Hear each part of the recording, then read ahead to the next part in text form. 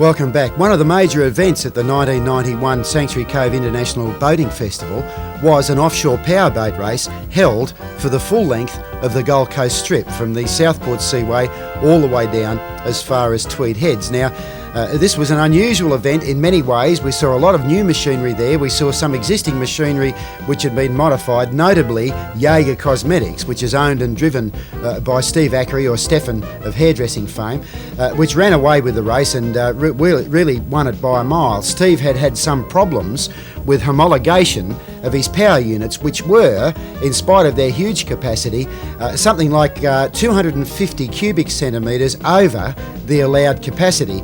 Steve changed one engine so that the total capacity came within homologation limits, and incidentally gained a couple of hundred horsepower in the change just by updating to a more refined engine. The boat is running superbly. In fact, this boat, which is the pink one that you'll see in just a moment, is very interesting. It's built using aircraft aluminium monocoque construction techniques, and that hull is welded together, it's riveted together out of sheet aluminium with, of course, an extremely strong welded interior structure. Runs absolutely superbly and is very well driven by Steve Ackery. Overall winner of the event, as I've said, was Jaeger Cosmetics, owned and driven by Steve Ackery. Second was Trident Engineering from Victoria, Tony Lowe driving. And the third boat was a Diavolo from Bill Barry Cotter's Riviera Marine in Queensland. So we had Queensland in first and third places. We'd had a fair bit of inclement weather up to the competition, up to the race, and you can see the residue of some fairly big seas which had been running off the Gold Coast up to about 12 hours before the race in these large swells with a chop off the top.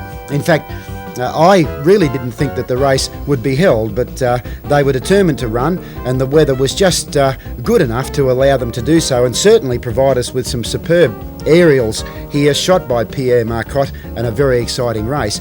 Another major event that was held during the Sanctuary Cove International Boating Festival was a billfish tournament off the Gold Coast, with weigh-ins at Sanctuary Cove each evening over the 4 days leading up to the 16th of May. Now, this was an international billfish tournament with a crew from Hawaii competing, and in spite of the fact that fairly heavy winds over the period gave some very heavy seas, everybody had an absolutely superb time. In fact, there were some quite interesting hookups, and a couple of record fish were actually boated. Now, an aspect of bill fishing and game fishing over recent years in this country, which pleases me greatly, is the fact that fishermen, rather than killing the fish, will tag and release them, which not only preserves them to fight another day, but also gives us some way of measuring movements and fish levels, fish populations off our east coast, which, by the way, is not commonly known, is one of the best game fishing venues in the entire world, and that was a very successful tournament.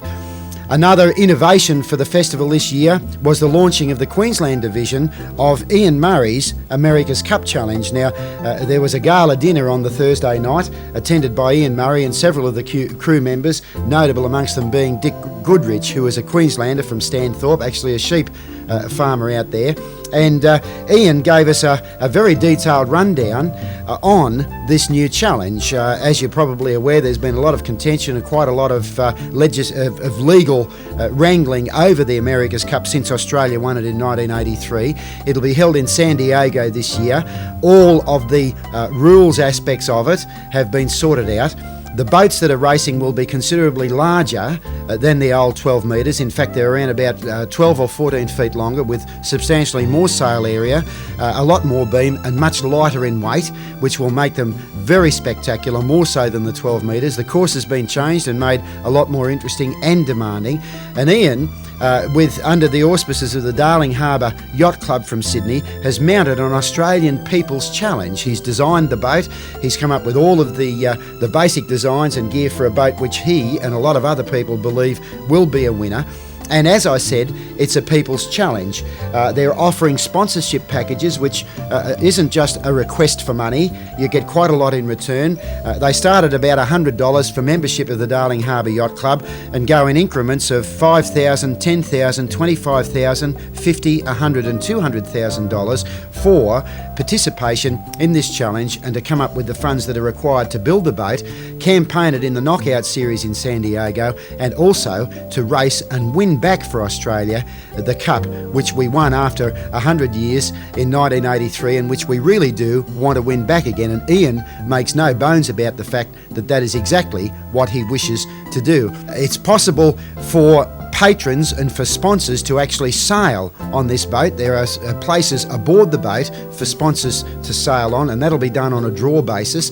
So sponsors can get the chance not only of sailing during the actual America's Cup Series, but also during the knockout series leading up to it. That certainly does make it a people's challenge. And judging by the enthusiasm of Ian and what was said by Rob Mundell and several other people during the show itself, it really is going to be a serious and potentially hugely successful challenge. And having won it in 83 and remembering the euphoria of that event, to actually win it back again after all the contention and problems that have gone on in the meantime really would be a huge achievement for Australia. So if you're interested in becoming involved, the club would certainly like to hear from you. You can contact them through me. Number comes up at the end of the show. And watch this. This really is going to be more spectacular than it was in 83, because it actually is a people's challenge. We'll be back right after this.